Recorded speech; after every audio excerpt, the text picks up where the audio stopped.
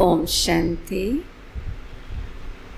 8 तारीख सतगुरुवार की मुरली हम सब सुनेंगे।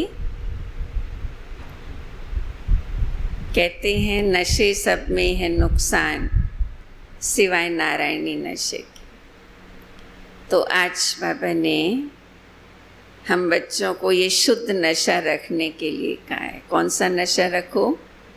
हमें कौन पढ़ाता है, कितनी ऊंची पढ़ाई हम पढ़ते और पढ़ाने वाला स्वयं भगवान है। तो इस पढ़ाई को बाबा इतना प्यार से पढ़ाते। आज बाबा ने कहा मैं इतनी रुचि से परम धाम से आता हूँ तुम्हें पढ़ाने के लिए, तो तुम बच्चों को भी ये पढ़ाई बहुत प्यार से और रुचि से पढ़नी चाहिए, पढ़नी है।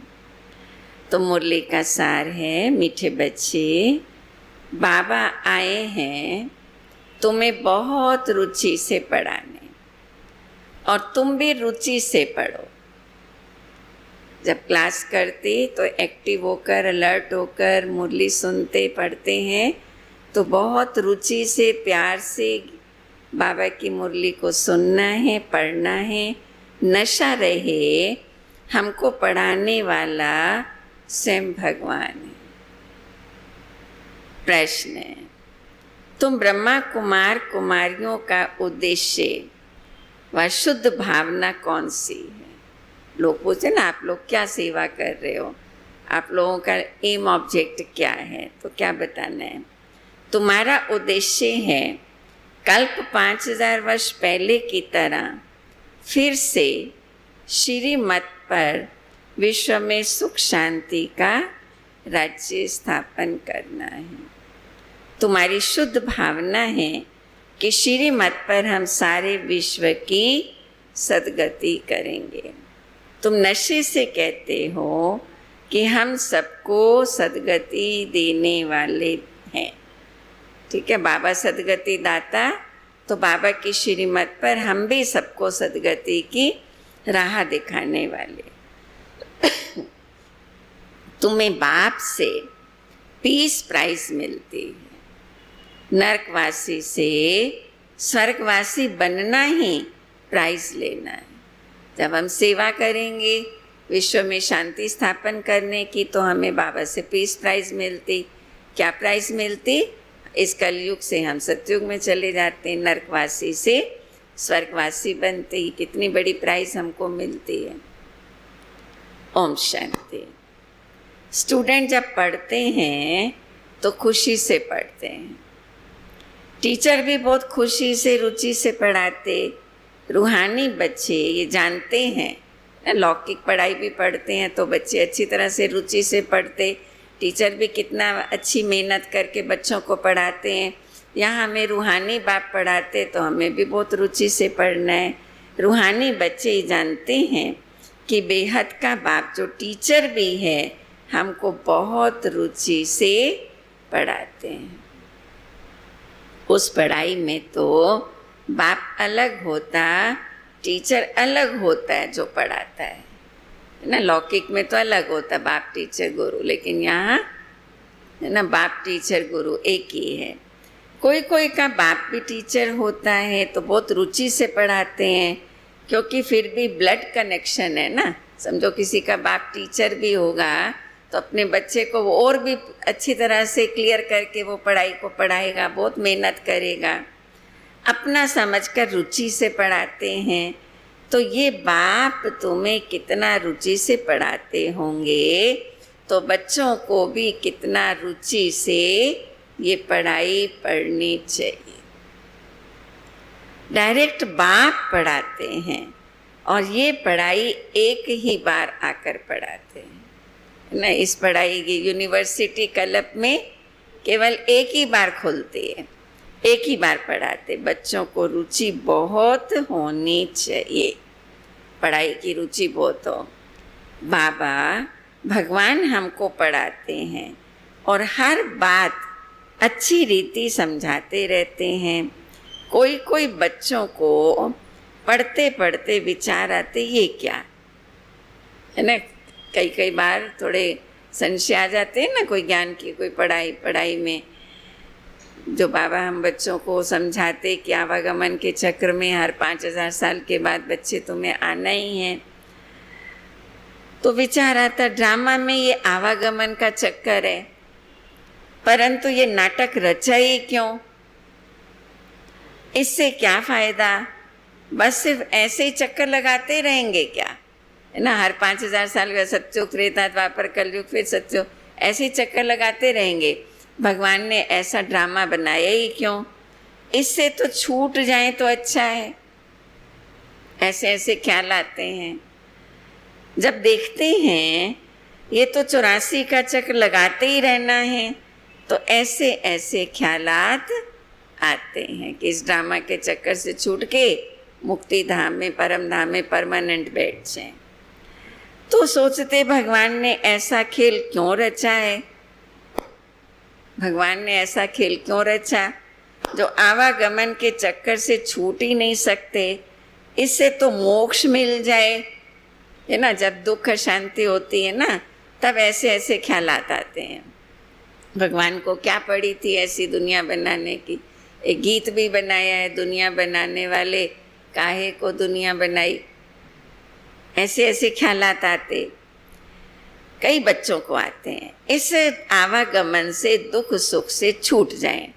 बाप कहते ये कभी हो नहीं सकता है, मोक्ष पाने के लिए कोशिश करना ही वेस्ट हो जाता है, ये कभी नहीं होगा। हमको इस दुख सुख के चक्कर से सब परमानेंट मुक्ति मिल जाए, हम आए ही नहीं चक्र में। बाबा कहते ये तो हो नहीं सकता। अभी थोड़े दिन पहले भी बाबा ने मुरली में हम बच्चों को समझाया था, मेरा भी पार्ट है, मैं भी आता हूँ इस ड्रामा के अंदर पार्ट बजाने के लिए। जब मैं ही नहीं छूट सकता तो तुम बच्चे कैसे छूट सकते हो? तो कोशिश करना ही वेस्ट है। बाबा ने समझाया है एक भी आत्मा पार्ट से छूट नहीं सकती, एक भी। आत्मा में अविनाशी पार्ट भरा है, वो है अनादि अविनाशी, बिल्कुल एक्यूरेट एक्टर्स हैं, एक भी कम जास्ती नहीं हो सकते।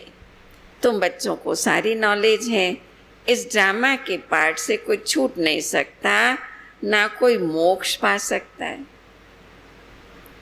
सब धर्म वालों को नंबरवार आना ही है अपने अपने समय पर। द्वापर से लेके कलयुग अंत तक अनेक धर्म पिताएं आएंगे, अपना धर्म स्थापन किया है, फिर 5000 साल के बाद करेंगे। बाप समझाते हैं बना बनाया विनाशी ड्रामा है। तुम भी कहते हो बाबा अब हम जान गए कैसे हम 84 का चक्कर लगाते, ये भी समझते हो।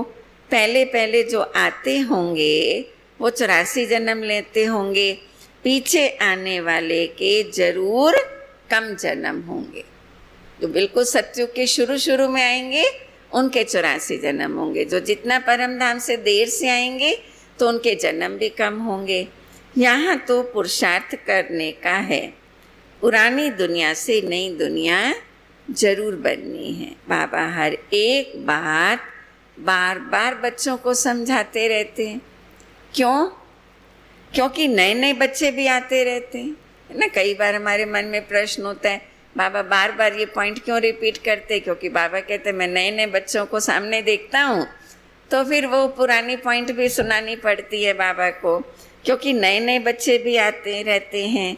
उनको आगे की पढ़ाई कौन पढ़ाए? तो जो बाबा ने पहले पढ़ा दिया है, जो पॉइंट्स बाबा ने सुना दिए हैं, वो फिर बाबा सुनाते हैं।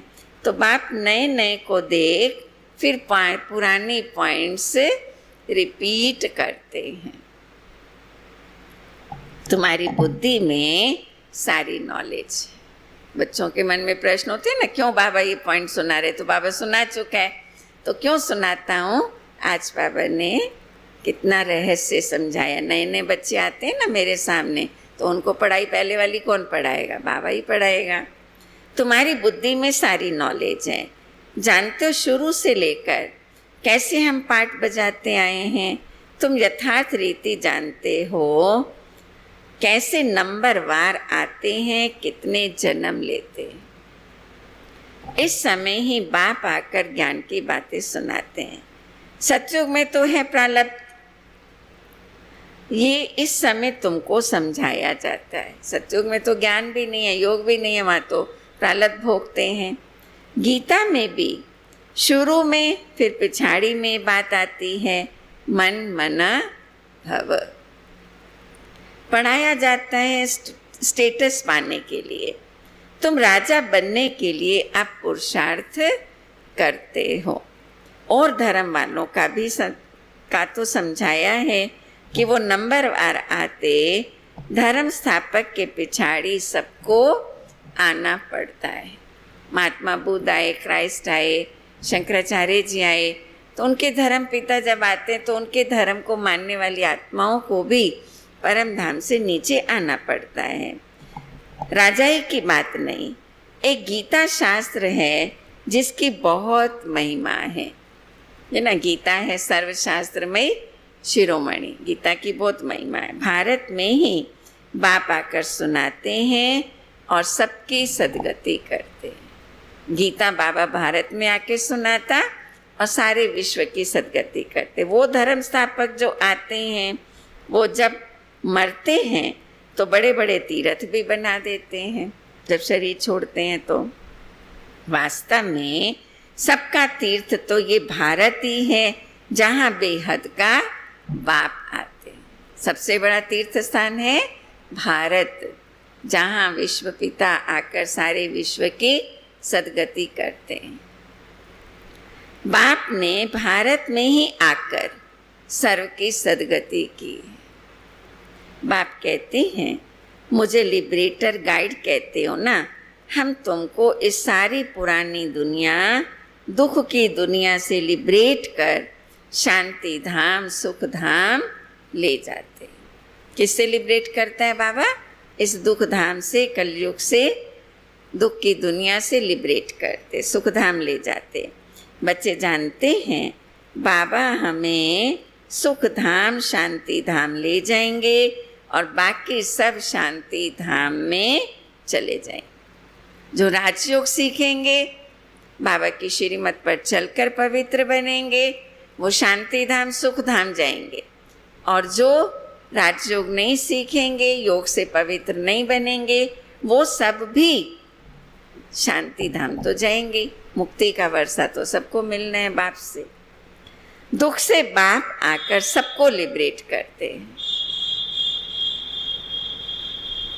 उनका जन्म मरण तो है नहीं, बाप आया फिर चला जाएगा। उनके लिए ऐसे थोड़ी कहेंगे कि मर गया। शिव बाबा के लिए ये अक्षर थोड़ी कहेंगे। जैसे शिवानंद के लिए कहेंगे शरीर छोड़ दिया, फिर क्रियाकर्म करते, ये बाप चला जाएगा तो इनकी क्रियाकर्म, सेरेमनी आदि कुछ भी नहीं करना होता।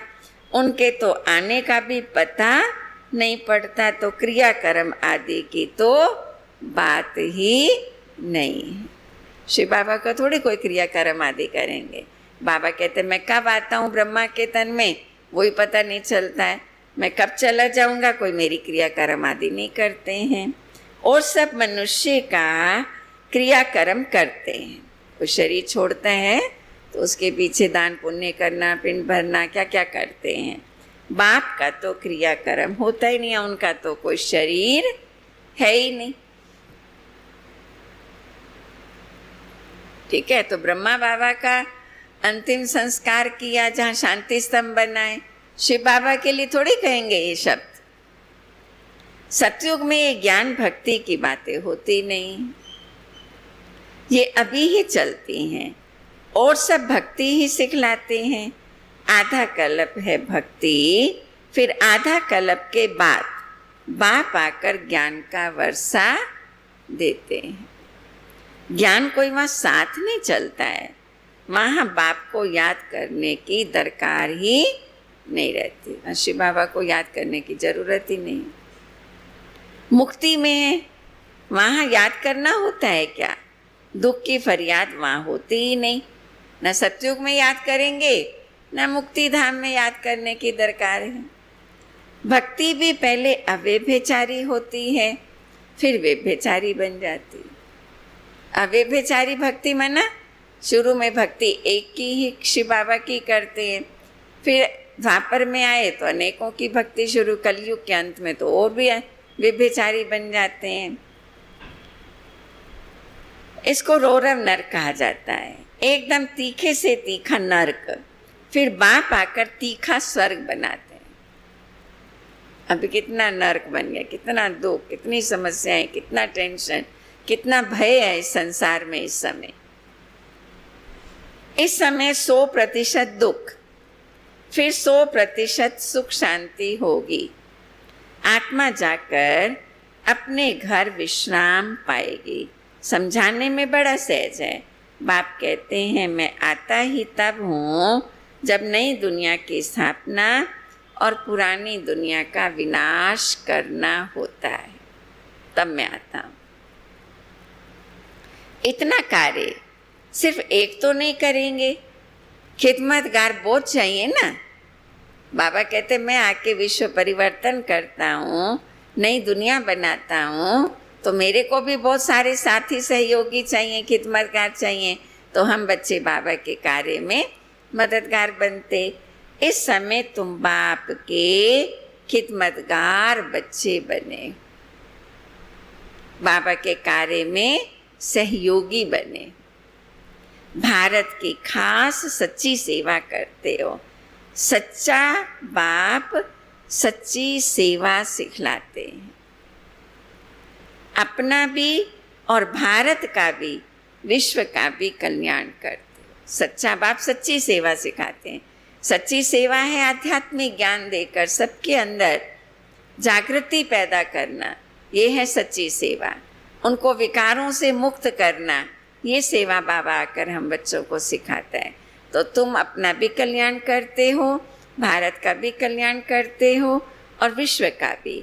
तो कितना रुचि से करना चाहिए, तो सेवा भी कितनी रुचि से करो। बाबा कितना रुचि से सर्व की सद्गति करते हैं। अभी भी सर्व की सद्गति होनी है जरूर। ये है शुद्ध अहंकार, शुद्ध भावना। तुम सच्ची सच्ची सेवा करते हो, परंतु गुप्त। आत्मा करती है शरीर द्वारा। तुमसे बहुत पूछते हैं बीके का उद्देश्य क्या है, पूछते हैं आपकी संस्था का उद्देश्य क्या है। बोलो, बीके का उद्देश्य है विश्व में सतयुगी सुख शांति का स्वराज्य स्थापन करना। ये हमारा लक्ष्य है। सब विकारों से मुक्त हो के पवित्र बने और विश्व में सुख शांति का राज्य हो। हम हर 5000 वर्ष के बाद श्रीमत पर विश्व में शांति स्थापन कर विश्व शांति की प्राइज लेते हैं। यथा राजा रानी तथा प्रजा प्राइज लेते हैं। सतयुग में सभी पवित्र होंगे, सभी सुखी होंगे, यथा राजा रानी तथा प्रजा। नरकवासी से स्वर्गवासी बनना कम प्राइज है क्या? हम बाबा के कार्य में सहयोगी बनते, विश्व शांति स्थापन करते, तो प्राइज क्या मिलेगी? बाबा कहते स्वर्गवासी बनोगे, कम प्राइज है क्या? वो पीस प्राइज लेकर खुश होते रहते, मिलता कुछ भी नहीं। सच्ची सच्ची प्राइज तो अभी हम बाप से ले रहे हैं, विश्व की बादशाही। कहते हैं ना, हमारा भारत ऊंच देश है। कितनी महिमा करते हैं भारत की। सब समझते हैं हम भारत के मालिक हैं, परंतु मालिक हैं कहाँ? अभी तुम बच्चे बाबा की श्रीमत से राज्य स्थापन करते हो। हथियार पवार तो कुछ भी नहीं है, कोई स्थूल कोई हिंसा का युद्ध तो हम करते नहीं है। दैवी गुण धारण करते हैं, इसलिए तुम्हारा गायन पूजन है। अम्बा की देखो कितनी पूजा होती है ना, क्योंकि तुम दिव्य गुणों की धारणा करते हो। तुम ही देवी देवताएं बनने वाले हो और अभी भी दैवी गुण धारण करते हो, इसलिए तुम्हारा इतना गायन और पूजन होता। अम्बा की कितनी पूजा होती। अम्बा कौन है, ब्राह्मण है व देवता है, ये पता ही नहीं। अम्बा, काली, दुर्गा, सरस्वती आदि ऐसे बहुत नाम हैं। यहाँ भी नीचे अम्बा का छोटा सा मंदिर है। अम्बा को बहुत भुजाएं दे देते हैं, ऐसे तो है नहीं, इतनी भुजाओं वाला कोई मनुष्य थोड़ी होता है। इसको कहा जाता है ब्लाइंड फेथ, है ना, क्योंकि जगत पिता जगदम्बा के बहुत सारे बच्चे भुजाएं सहयोगी होते हैं, उन्होंने स्थूल भुजाएं दे दी हैं, तो ये भी ब्लाइंड फेथ है। क्राइस्ट, बुद्ध आदि आए, उन्होंने अपना अपना धर्म स्थापन किया, तिथि तारीख सब बताते, वहाँ ब्लाइंड फेथ की बात नहीं। यहाँ भारतवासियों को कुछ पता ही नहीं है कि हमारा धर्म कब और किसने स्थापन किया, इसलिए कहा जाता है ब्लाइंड फेथ। अभी तुम पुजारी हो, फिर पूज्य बनते हो, तुम्हारी आत्मा भी पूज्य तो शरीर भी पूज्य बनता है सतयुग में, क्योंकि शरीर भी पवित्र होता है, योग बल से पैदा होता है, तो शरीर भी पूज्य। तुम्हारी आत्मा की भी पूजा होती है, फिर देवता बनते हो तो भी पूजा होती है ना। बाबा कहते हैं तुम्हारी डबल रूप में पूजा होती है, आत्मा रूप में भी पूजा होती है, शालिग्राम रूप में भी, और जब देवता बनते हो तो भी पूजा होती है। बाप तो है निराकार, वो सदैव पूज्य है, वो कभी पुजारी नहीं बनता है। तुम बच्चों के लिए कहा जाता है आप ही पूज्य, आप ही पुजारी। परमात्मा के लिए नहीं कहेंगे, वो तो एवर पूजनीय है, वो पुजारी नहीं बनता, क्योंकि वो जन्म मरण के चक्र में आता ही नहीं है, वो एवर प्योर है। हम प्योर भी बनते तो इम्प्योर भी बनते हैं, तो हम पूज्य और पुजारी के चक्र में आते तो आप ही पूज्य आप ही पुजारी। बाबा कहते तुम्हारा गायन है, तुम पूजनीय भी बनते हो, फिर जब पतित बनते हो तो अपने चित्रों की पूजा भी करते हो, भक्त भी आपके चित्रों की पूजा करते। बाप तो एवर पूज्य है। यहाँ आकर बाप सच्ची सेवा करते हैं, सबको सद्गति देते। बाप कहते हैं अब मामेकम याद करो, दूसरे कोई देहधारी को याद नहीं करना है, एक मामेकम याद करो।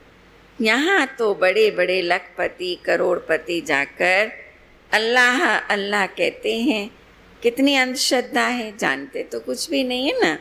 बाप ने तुमको हमसो का अर्थ भी समझाया है। वो तो हमसो का अर्थ शिवो अहम आत्मा सो परमात्मा कह देते, हमसो सो हम। तो पहले हमसो सो हम का अर्थ हम लोग क्या समझते थे, हम सो हम ना, हम ही आत्मा सो परमात्मा, परमात्मा सो आत्मा। बाबा ने हम सो का अर्थ कितना हम बच्चों को सहज स्पष्ट बताया, हम सो देवता, ना कि हम सो परमात्मा। हम परमात्मा नहीं बनते हैं, हम सो देवता थे, फिर हम सो ही धीरे धीरे नीचे उतरते आए, पुजारी बन गए। अब फिर से बाबा आकर के पूजनीय देवता बनाता है।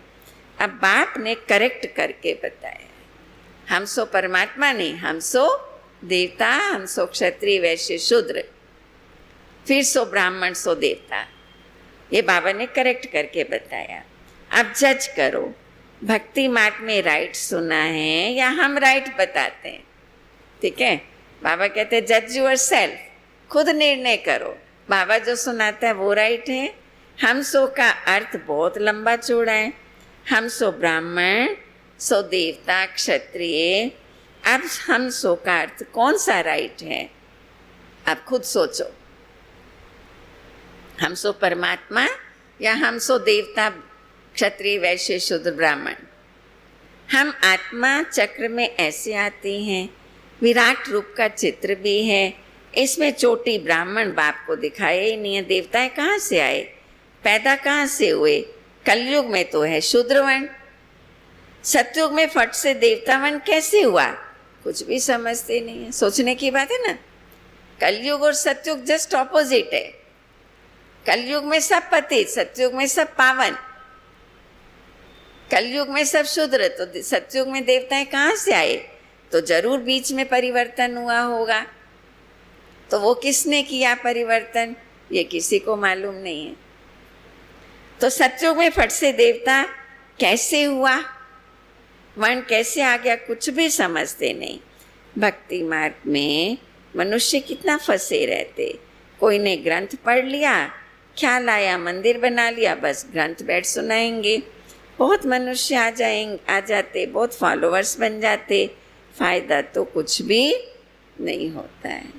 बहुत दुकान निकल गई हैं, ये सब दुकान खत्म हो जाएंगी, है ना। भक्ति मार्ग वाले भी अपनी अपनी शास्त्र आदि सुनाते रहते हैं जगह जगह। ये भी एक व्यापार जैसा बन गया है। शास्त्रों में कलयुग के अंत का ये भी लक्षण बन गया है कि भक्ति भी व्यापार का रूप धारण कर लेती है। तो ये भी दुकानदारी बन गई, खत्म हो जाएंगे ये दुकानदारी सारी भक्ति मार्ग में। इसमें बहुत धन कमाते। सन्यासी कहते हैं हम ब्रह्म योगी तत्व योगी हैं, ये भी रॉन्ग है। जैसे भारतवासी वास्तव में देवी देवता धर्म के हैं परंतु अपने को हिंदू कह देते, वैसे ब्रह्म तो तत्व है जहाँ आत्माएं रहती हैं। उन्होंने फिर ब्रह्म ज्ञानी तत्व ज्ञानी नाम रख दिए। ब्रह्म भगवान नहीं है, वो ब्रह्म को ही भगवान समझ लेते हैं। लेकिन बाबा कहते ब्रह्म तो रहने का स्थान है। जैसे रहने के स्थान को भारतवासियों ने अपना धर्म बता दिया, हिंदू धर्म, हिंदुस्तान तो हमारा स्थान है रहने का, ऐसे ही ब्रह्म रहने का स्थान है और उसी को ही उन्होंने भगवान कह दिया। नहीं तो ब्रह्म महातत्व तो रहने का स्थान है। तो बाप समझाते हैं कितनी भारी भूल है, ये सब भ्रम है। मैं आकर सब भ्रम दूर करता हूँ, है ना। परमात्मा के बारे में, पुनर्जन्म के बारे में, आत्मा के बारे में सारे भ्रम बाबा आकर के दूर करता है। भक्ति मार्ग में कहते भी है ना, हे प्रभु तेरी गतमत सबसे न्यारी। कहते ना, तुमरी गतमत तुम ही जानो और न जाने कोई। गति तो कोई कर न सके, मतें तो अनेकानेक को मिलती हैं।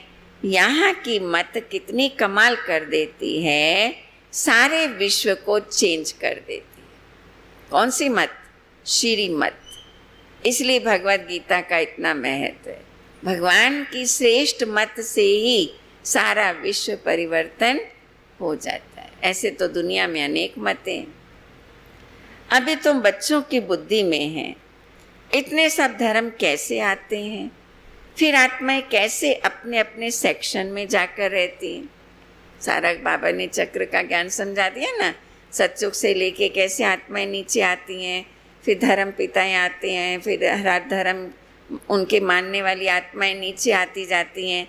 फिर जब विनाश होगा तो सब आत्माएं परम धाम में जाकर अपने अपने सेक्शन में विराजमान होती हैं। कैसे होती हैं वो भी बाबा ने कल परसों की मुरली में बाबा ने हम बच्चों को समझाया। जैसे आकाश में सितारे लटके हुए हैं, ऐसे आत्माएं वहाँ पर जाकर के रहती हैं, लटके हैं। ये सब ड्रामा में नोंद है, ये भी बच्चे जानते हैं। दिव्य दृष्टि दाता एक बाप ही है। बाबा को कहा ये दिव्य दृष्टि की चाबी हमको दे दो तो हम कोई को साक्षात्कार करा दें। बोला नहीं, ये चाबी किसको मिल नहीं सकती, है ना।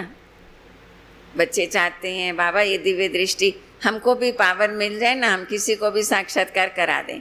बाबा कहते नहीं, दिव्य दृष्टि की चाबी मैं किसी को नहीं देता हूँ, उनके एवज में तुमको फिर विश्व की बादशाही देता हूँ।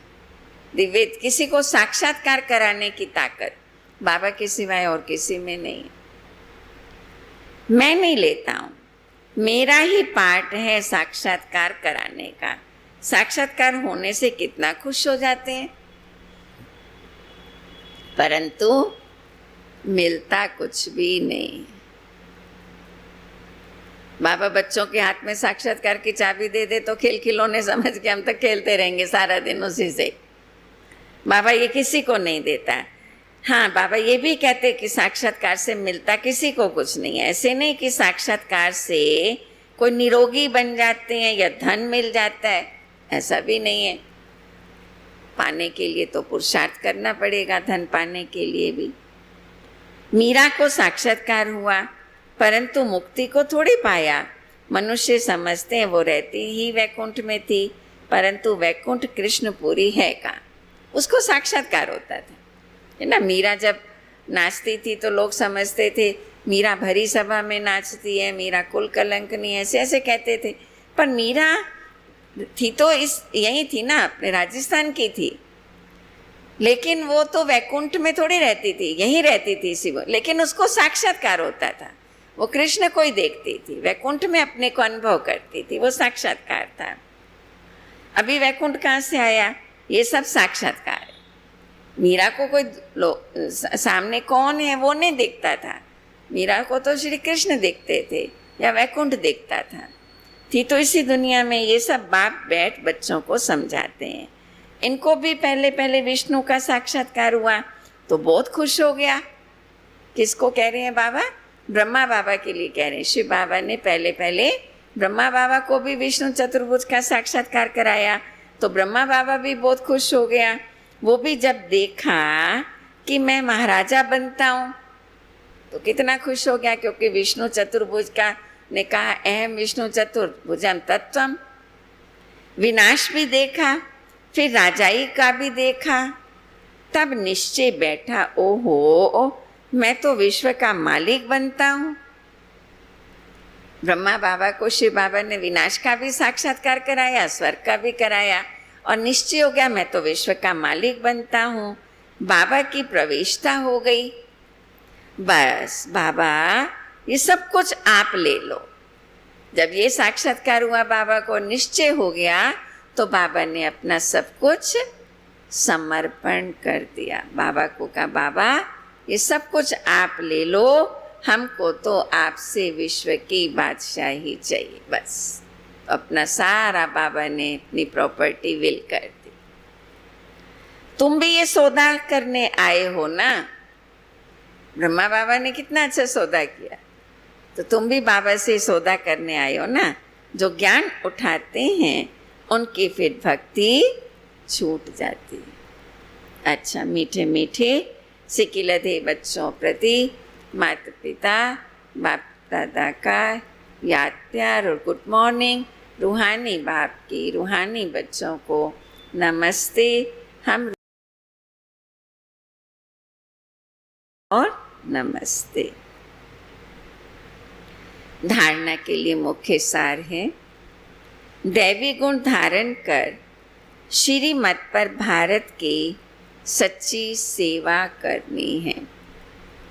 अपना, भारत का और सारे विश्व का कल्याण बहुत बहुत रुचि से करना है। सेवा भी करो तो बहुत रुचि से करो, पढ़ाई भी पढ़ो तो बहुत रुचि से पढ़ो। ड्रामा की अविनाशी अनादि अविनाशी नोंद को यथार्थ समझ कोई भी टाइम वेस्ट करने वाला पुरुषार्थ नहीं करना है जिसमें हमारा टाइम वेस्ट हो। व्यर्थ ख्यालात भी नहीं चलाने हैं। जो आज बाबा ने मुरली में समझाया ना कि क्यों चक्कर बनाया, आए नहीं इससे छूट जाएं, इन सब बातों से भी परे होकर अपने पुरुषार्थ में तत्पर रहना है। व्यर्थ ख्यालात नहीं। वरदान है आज का, एकाग्रता के अभ्यास द्वारा एक रस स्थिति बनाने वाले सर्व सिद्धि स्वरूप भव। एकाग्रता के अभ्यास द्वारा एक रस स्थिति बनाने वाले सर्व सिद्धि स्वरूप भव। जहाँ एकाग्रता है वहाँ स्वतः एक रस स्थिति है। एकाग्रता से संकल्प, बोल, कर्म का व्यर्थपन समाप्त हो जाता है। एकाग्रता से व्यर्थ संकल्प, व्यर्थ बोल, व्यर्थ कर्म समाप्त और समर्थपन आ जाता है। एकाग्रता अर्थात एक ही श्रेष्ठ संकल्प में स्थित रहना। जिस एक बीज रूपी संकल्प में सारा वृक्ष रूपी विस्तार समाया हुआ है। एकाग्रता को बढ़ाओ तो सर्व प्रकार की हलचल समाप्त हो जाएगी। सब संकल्प, बोल, कर्म सहज सिद्ध हो जाएंगे। एकाग्रता को बढ़ाने से हलचल समाप्त हो जाएगी, संकल्प, बोल, कर्म सिद्ध हो जाएंगे। इसके लिए एकांतवासी बनो। एकाग्रता के लिए एकांतवासी बनो। स्लोगन है, एक बार की हुई गलती को बार बार सोचना अर्थात दाग पर दाग लगाना, इसलिए बीती को बिंदी लगाओ। एक बार गलती हो गई तो उसको बार बार सोचो नहीं, बीता सो बीता। दृढ़ संकल्प कर दो, बस अब मुझे वापस गलती नहीं करनी है। बार बार उसको रिपीट करके अपने दिल और दिमाग को भारी नहीं करना है। तो एक बार की गलती को बार बार सोचना, दाग पर दाग लगाना, इसलिए बीती को बिंदी लगाओ। ओम शांति।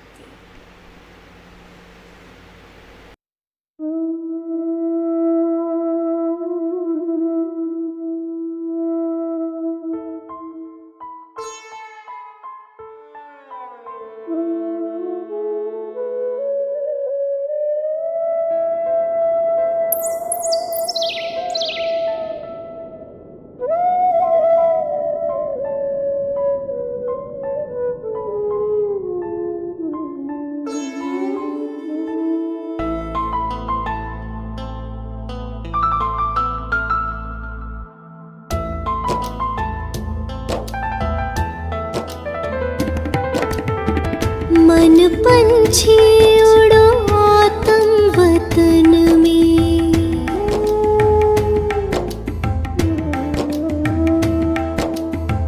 मन पंछी उड़ो आत्म वतन में, पहनो फरिश्तों वाला चोला, मन बना भव माँ में कम के तार, मन बना भव माँ में कम के तार, जोड़ लो करो शिव का दीदार, अपने वहाँ घर के आंगन में, मन पंछी उड़ो आत्म वतन में।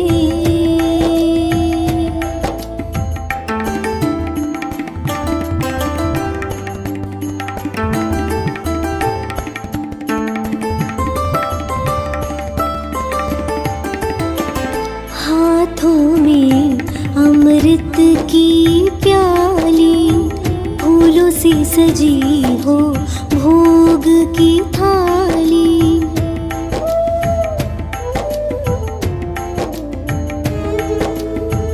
हाथों में अमृत की प्याली, फूलों से सजी हो भोग की थाली, आज मनाओ सतगुरुवार,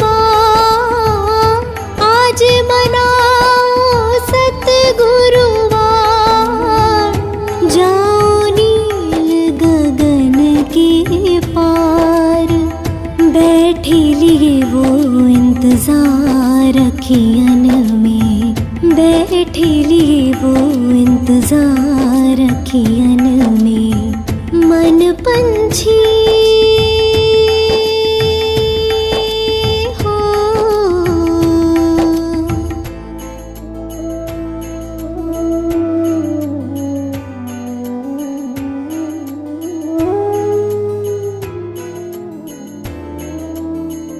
ब्रह्मा तन में शिव जी पधारे, सोए भाग जगाए हमारे,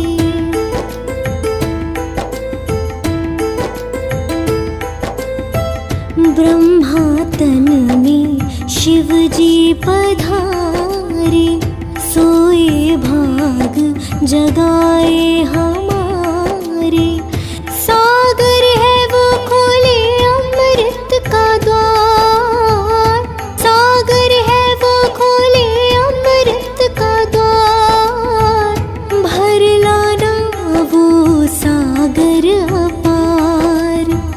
झपके न पलके उस क्षण मिलन में, झपके न पलके उस क्षण मिलन में, मन पंछी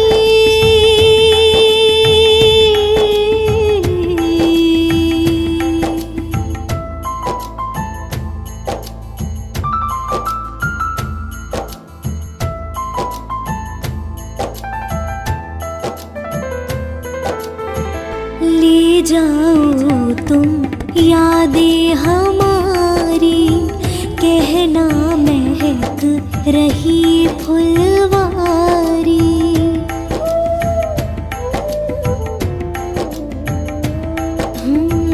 ले जाओ तुम यादें हमारी, कहना महक रही फुलवारी।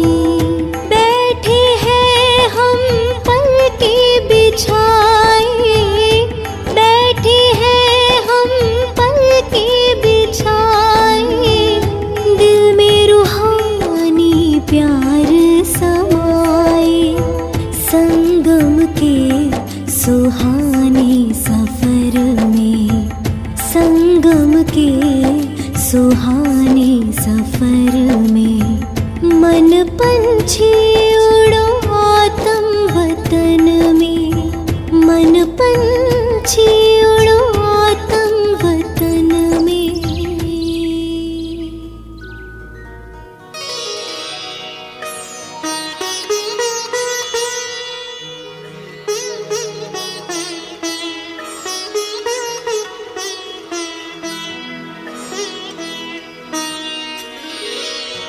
तेरी याद का अमृत पीते हैं, तेरी याद का अमृत पीते हैं, तेरी याद में जीते हैं बाबा, तेरी याद में जीते हैं बाबा।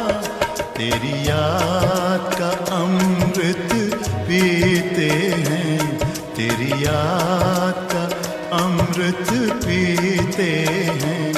रहे याद सदा ही साथ तेरी, रहे याद सदा ही साथ तेरी। बस और न हम कुछ चाहेंगे, बस और न हम कुछ चाहेंगे।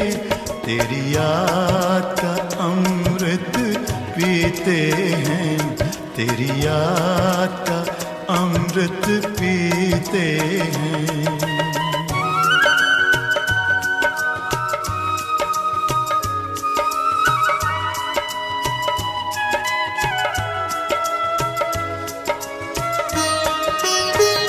जो पल बीते तेरी यादों में, जो पल बीते तेरी यादों में, वो पल अविनाशी होते हैं, वो पल अविनाशी होते हैं। हर पल को सफल बना देंगे, हर पल को सफल बना देंगे। तेरी याद कभी ना छोड़ेंगे, तेरी याद कभी ना छोड़ेंगे। तेरी याद का अमृत पीते हैं, तेरी याद का अमृत पीते हैं।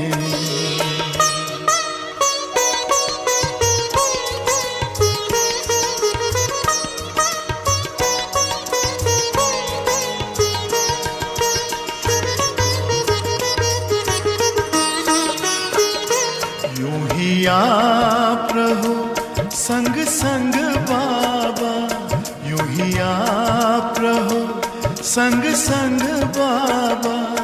इस दुनिया के सुख पाने क्या, इस दुनिया के सुख पाने क्या। लहराते रहे तेरी यादों में, लहराते रहे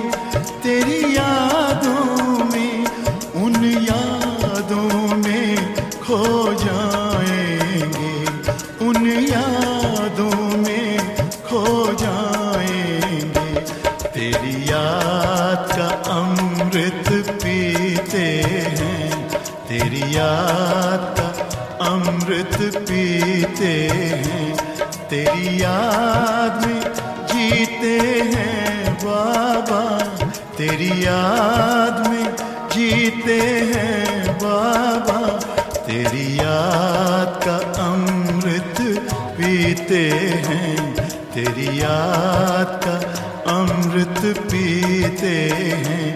रहे याद सदा ही साथ तेरी, रहे याद सदा ही साथ तेरी, बस और न हम कुछ चाहेंगे, बस और न हम कुछ चाहेंगे, तेरी याद का अमृत पीते हैं, तेरी याद का अमृत पीते हैं, तेरी याद का अमृत पीते हैं, तेरी याद का अमृत पीते हैं।